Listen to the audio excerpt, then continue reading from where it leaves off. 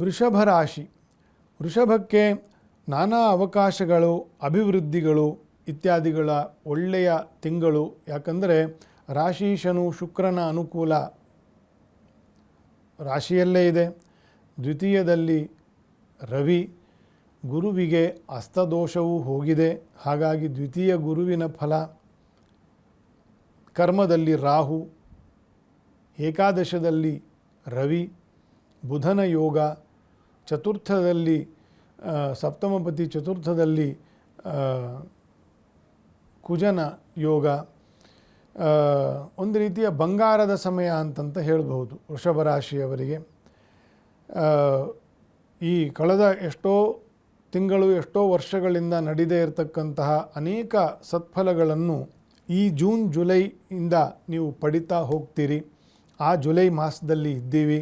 ಒಳ್ಳೆಯದಾದಾಗ, ಒಳ್ಳೆಯದಾಗ್ತಾ ಇದ್ದ ಹಾಗೆ ನಮಗೆ ಮೆಸೇಜ್ ಮಾಡಿ, ಪತ್ರ ಬರೆಯಿರಿ.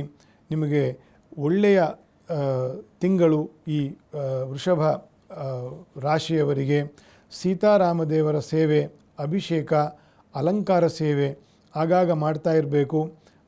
ಗ್ರಹಾರಿಷ್ಟಗಳು ಏನೇ ಇದ್ದರೂ ನಿವಾರಣೆ ಆಗ್ತದೆ ವೃಷಭ ರಾಶಿಯವರಿಗೆ. ಮಿಥುನ ರಾಶಿ. ಉದ್ಯೋಗ ಸಂಬಂಧದಲ್ಲಿ ಏಳಿಗೆ ಆಗ್ತದೆ. ನಾನಾ ಅವಕಾಶ ಮತ್ತು ಅನುಕೂಲಗಳನ್ನು ಪಡಿತಕ್ಕಂತಹ ಮಾಸ ಇದೆ. ಯಾಕಂದರೆ ಕರ್ಮದಲ್ಲಿ ಶನಿ ಇದ್ದು, ರಾಶಿ ಉದಯದಲ್ಲೇ ಗುರುವಿನ ಅನುಕೂಲ, ರವಿಯ ಅನುಕೂಲ. ಸ್ವಲ್ಪ ಒತ್ತಡ ಇರ್ತದೆ, ಪ್ರೆಷರ್ ಅಂತೇನು ಹೇಳ್ತೀವಿ ಅಥವಾ ಸ್ಟ್ರೆಸ್ ಅಂತೇನು ಹೇಳ್ತೀವಿ, ಆ ರೀತಿಯ ಕೆಲಸದ ಸ್ಟ್ರೆಸ್ ಜಾಸ್ತಿ ಇರ್ತದೆ. ರವಿಯು ಜನ್ಮದಲ್ಲಿ ಇದ್ದಾಗ ಅಥವಾ ಗುರುವು ಜನ್ಮದಲ್ಲಿ ಇದ್ದಾಗ ಮತ್ತು ನಾನಾ ಅವಕಾಶಗಳು ಬರ್ತದೆ. ಕೌಟುಂಬಿಕವಾಗಿರ್ತಕ್ಕಂಥ ಅನುಕೂಲ.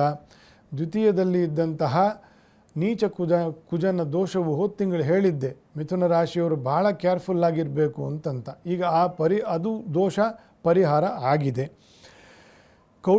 ಕೌಟುಂಬಿಕವಾಗಿರ್ತಕ್ಕಂಥ ಕೆಲವು ವ್ಯಾಜ್ಯಗಳು ಸ್ವಲ್ಪ ಪರಿಹಾರ ಆಗ್ತದೆ. ಒಟ್ಟಾರೆ ಮಿಥುನ ರಾಶಿಯವರಿಗೆ ಔದ್ಯೋಗಿಕವಾಗಿ, ಸಾಂಬಂಧಿಕವಾಗಿ ಒಳ್ಳೆಯ ತಿಂಗಳು. ಶ್ರೀನಿವಾಸ ದೇವರ ದರ್ಶನ, ಮೆಟ್ಟಲು ಸೇವೆ, ತುಪ್ಪದ ಆರತಿ ಅಥವಾ ಕಮಲ ಅಲಂಕಾರ ಇತ್ಯಾದಿಗಳನ್ನು ವಿಶೇಷವಾಗಿ ಮಾಡತಕ್ಕದ್ದು. ಮಿಥುನ ರಾಶಿಯವರಿಗೆ ಬುಧನ ಅನುಕೂಲ ಉಂಟಾಗಿ ಶ್ರೀನಿವಾಸ ದೇವರ ಅನುಗ್ರಹ ಉಂಟಾಗ್ತದೆ.